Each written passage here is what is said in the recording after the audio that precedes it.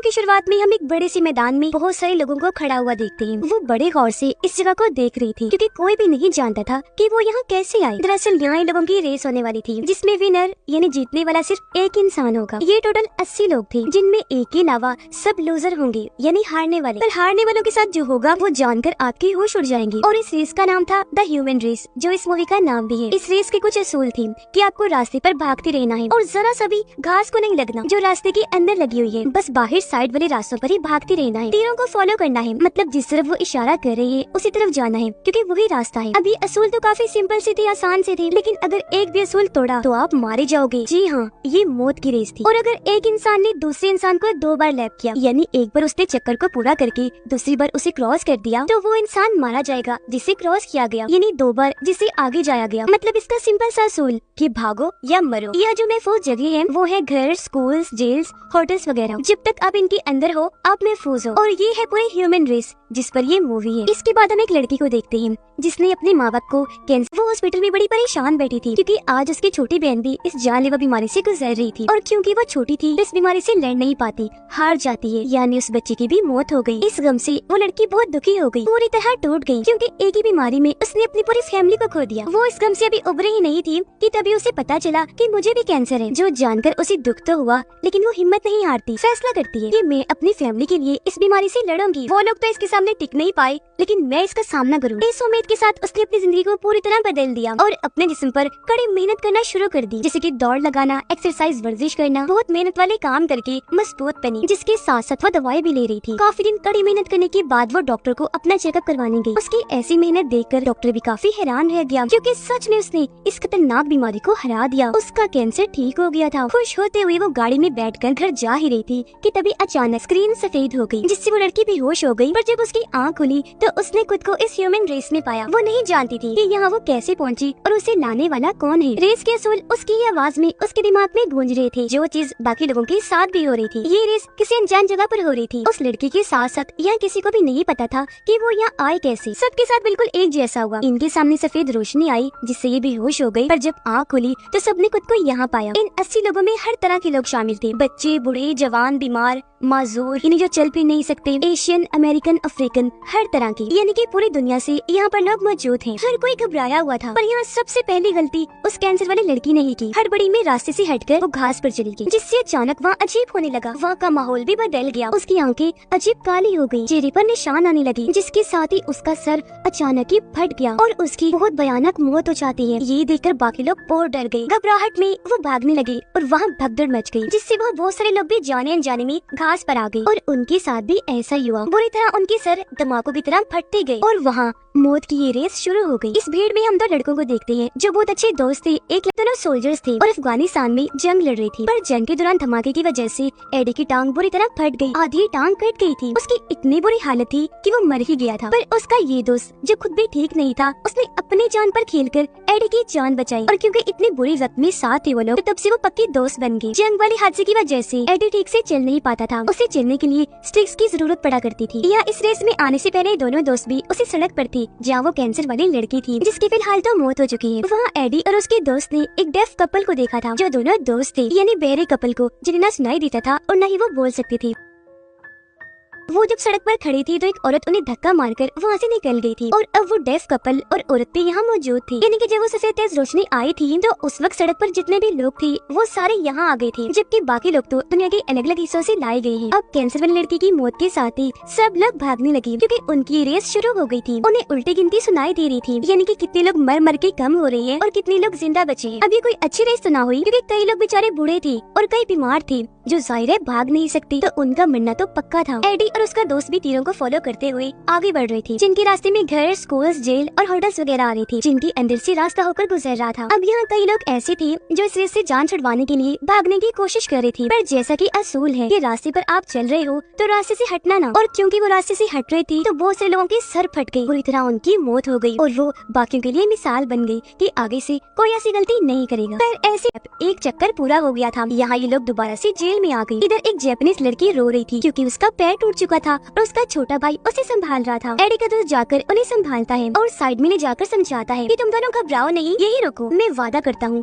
कि तुम्हारे लिए मदद लेकर आऊंगा। पर वो जानते थे कि कुछ नहीं होगा। उनका दिल तो कह रहा था कि इन्हें भी अपने साथ ले चलना चाहिए, पर वो ये भी सोच रही थी कि अगर उन्हें साथ लिया तो इनकी स्पीड स्लो हो जाएगी और अगर दूसरी बार किसी ने इन्हें लैप कर दिया, यानी क्रॉस करके आगे निकल गया, तो ये सभी मारे जाएंगे। इसीलिए ये आगे बढ़ते रहे, अपना रास्ता नहीं छोड़ा। आगे जाकर इन्हें एक प्रीस्ट मिला जो कहता है कि ये गॉड कह रहे हैं क्योंकि ये गॉड की तरफ से हमारे लिए एक टेस्ट है। रेस की सूरत में अगर हम इस रास्ते पर चलते रहे तो सीधा हेवन इन्हें जन्नत में पहुंच जाएंगे। पर एडी को ये बात समझ नहीं आ रही थी क्योंकि जो भी घास पर जा रहा था, हल्का सा भी साइड पर हट रहा था, उसका तो सीधा सर ही फट रहा था। लेकिन गॉड तो लोगों के साथ ऐसा कभी नहीं करेंगे। अब ये लोग दोबारा से भागने लगे और एक चर्च में आ जाते हैं। अब एडी और उसका दोस्त चर्च के रास्ते से आगे निकल गए, जबकि प्रीस्ट ये चर्च में ये रुक गया ताकि गॉड से दुआ कर सके। लेकिन रास्ता छोड़ने की वजह से उसके साथ भी अजीब होने लगा। एक एक झटके में उसका सर फट गया और उसकी भी मौत हो जाती है। एडी और उसका दोस्त जब आगे बढ़े तो इन्हें एक बूढ़ा आदमी मिला जो अभी तक वही रास्ते पर ही पड़ा हुआ था, कहीं भी नहीं गया, जिसका मतलब कि भी बड़ी आसानी से मारा जाएगा। तभी इतना जल्दी से उस रास्ते पर आकर बूढ़े आदमी को संभालते हैं। यहाँ वो डेफ कपल भी था जिनके साथ मिलकर ही उस बूढ़े आदमी को लेकर आगे बढ़ गए।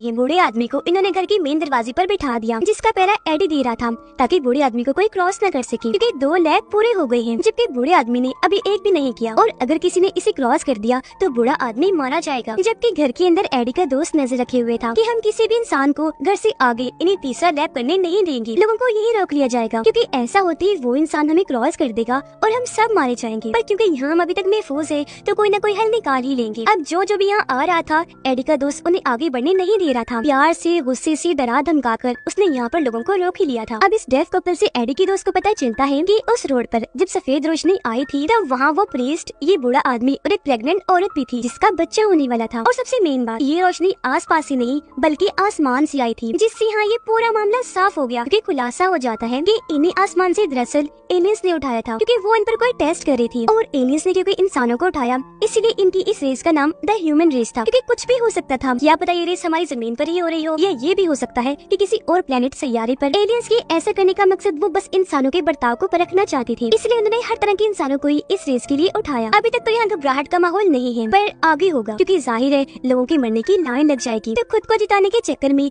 हर कोई आगे बढ़ने की कोशिश करेगा, तो तब भगदड़ की वजह से घबराहट का माहौल बन जाएगा, क्योंकि बचेगा भी तो सिर्फ एक इंसान। और उल्टी गिनती तो इनकी आवाज में, इनके दिमाग में चल ही रही है, जो हर पल इन्हें बता ही रही है कि कितने लोग मारे जा रहे हैं और कितने जिंदा बचे, जिससे इनका डर कहीं न कहीं उभरना शुरू हो गया है। क्योंकि इनके दिमाग में सोच बन की तरह इतनी बुरी मौत नहीं मरना, तो अपनी जान बचाने के लिए ये कुछ न कुछ तो करेंगी। अब यहाँ एक औरत जल्दबाजी मचा रही थी, कहती है कि तुम्हें मसला क्या है, जाने दो, एक इंसान के लिए तुमने हम सबको यहाँ कैद किया हुआ है। उससे भी ज्यादा जल्दबाजी एक प्लेयर यानी एक खिलाड़ी को थी। बाहर जाने के लिए वो एडी को धक्का दे देता है जो बूढ़े आदमी का पहरा दे रहा था, और क्योंकि उसने बूढ़े आदमी को क्रॉस कर दिया इसलिए उसका सर फट गया, सर के टुकड़े टुकड़े हो गए, जिससे बूढ़ा आदमी वही मारा गया। अब वो अगर बाकियों को क्रॉस करेगा तो सबकी मौत पक्की, इसलिए एडी का दोस्त उसे रोकने के लिए उसके पीछे पीछे भागा और ये दोनों दोबारा से जेल में आ गए, जहाँ वो दोनों जापानीज बच्चे एडी के दोस्त को देखकर काफी खुश हो गई, क्योंकि वो कब से इसके आने का इंतजार कर रही थी। उसे देखकर बच्चों को उम्मीद मिली कि मदद लाया है, पर इससे पहले वो बच्चों तक पहुंचता, उससे पहले ही वो प्लेयर बच्चों को क्रॉस कर जाता है, जिससे एडी के दोस्त की आंखों के सामने दोनों बच्चों के सर बुरी तरह फट गए और उनकी मौत हो गई, जबकि प्लेयर आगे बढ़ गया। और अब यहाँ इनकी ये रेस दोबारा शुरू हो गई। इस रेस का सबसे खतरनाक लेवल चल पड़ा। वो प्लेयर तेजी से भागता ही जा रहा था, रास्ते में वो जिस चीज को भी क्रॉस कर रहा था उन सब का तो काम तमाम। एक के बाद एक का सर धमाके की तरह फटा और वो मारे गए और वहाँ खून ही खून फैल गया। अब इतने सारे लोगों को मारने के बाद वो प्लेयर उस प्रेग्नेंट औरत के पास पहुंचा। वो जानता था कि अगर मैंने इसे क्रॉस किया तो एक साथ 2 जाने जाएंगी, एक इस औरत की और दूसरे इसके बच्चे की जो बस पैदा ही होने वाला है। वो औरत से काफी अच्छे से बात करता है और उसके बच्चे के बारे में पूछता है, पर आखिर में उसे फिर भी तरस नहीं आया और वो औरत को क्रॉस करने का फैसला कर लेता है। यहाँ वो बेचारी औरत रो रो कर उसे ऐसा करने से मना कर रही थी, कहती है कि मैं तुमसे अपनी और अपने बच्चे की जान की भीख मांगती हूँ, ऐसा मत करो प्लीज। इस पर वो खुद गर्ज इंसान कहने लगा कि देखो मैं बेवकूफ नहीं, अगर मैंने तुम्हें क्रॉस ना किया तो मुझे कोई और जाऊंगा, और वैसे भी कोई एक इंसान ही यहाँ से जिंदा बचकर जाएगा, तो मेरे लिए खुद को बचाना जरूरी है। ये कहकर वो आगे बढ़ गया, जिसके साथ ही पहले पेट में उस बच्चे का सर फटा, जिससे औरत के पेट की काफी बुरी तरह टुकड़े टुकड़े हो गए। फिर उस बेचारी का सर भी फट गया, जिससे उसकी बहुत बुरी मौत हो जाती है। और यहाँ ये रेस भी आधी हो गई, यानी कि अब सिर्फ 40 लोग ही जिंदा रह गए हैं, जबकि 40 मारे गए। तो उस बच्चे के हाथ पांव को कुचलकर ही वो आगे बढ़ रही थी, जो बेचारा अभी पैदा भी नहीं हुआ था। कुछ लोगों ने तो अपनी जान बचाने की खातिर एक नया तरीका अपना लिया था, क्योंकि सिर्फ भागने से काम बनने वाला नहीं था, इसीलिए वो लोगों को मारकर इस मुकाबले को भी खत्म कर रहे थे। वो यहाँ के तीरों को हटाकर उनसे लोगों की जान ले लेकर उनकी तादाद कम करते जा रही थी और उनका ये प्लान काफी अच्छे से कामयाब भी हो रहा था। ऐसा करने वाले 3 लोग थे। ये करने के बाद वो एक और अच्छी प्लानिंग बनाते हैं। एक आदमी तो खड़ा हो गया घर के मेन दरवाजे पर पहरा देने, जबकि 2 घर के आखिरी दरवाजे पर खड़े हो गए और जैसे कोई आता वो धक्का देकर उसी घास पर फेंक रही थी, जिससे ऐसे लोग मारे जा रहे थे और ये तीनों सबसे आगे बने रहे। ऐसे एक के बाद एक इंसान को मारकर वो गिनती 40 से 29 तक ले आए, जिसके बाद अब अगला नंबर था एडी और उसके दोस्त का। दोनों जब घर के बाहर पहुंचे तो अंदर वो दोनों आदमी एक औरत को जबरदस्ती घास पर फेंकने की कोशिश कर रही थी और वो बेचारी अपनी जान की भीख मांगकर रो रही थी। उसकी आवाज सुनकर एडी का दोस्त अंदर चेक करने आया, पर मेन दरवाजे पर खड़े हुए आदमी ने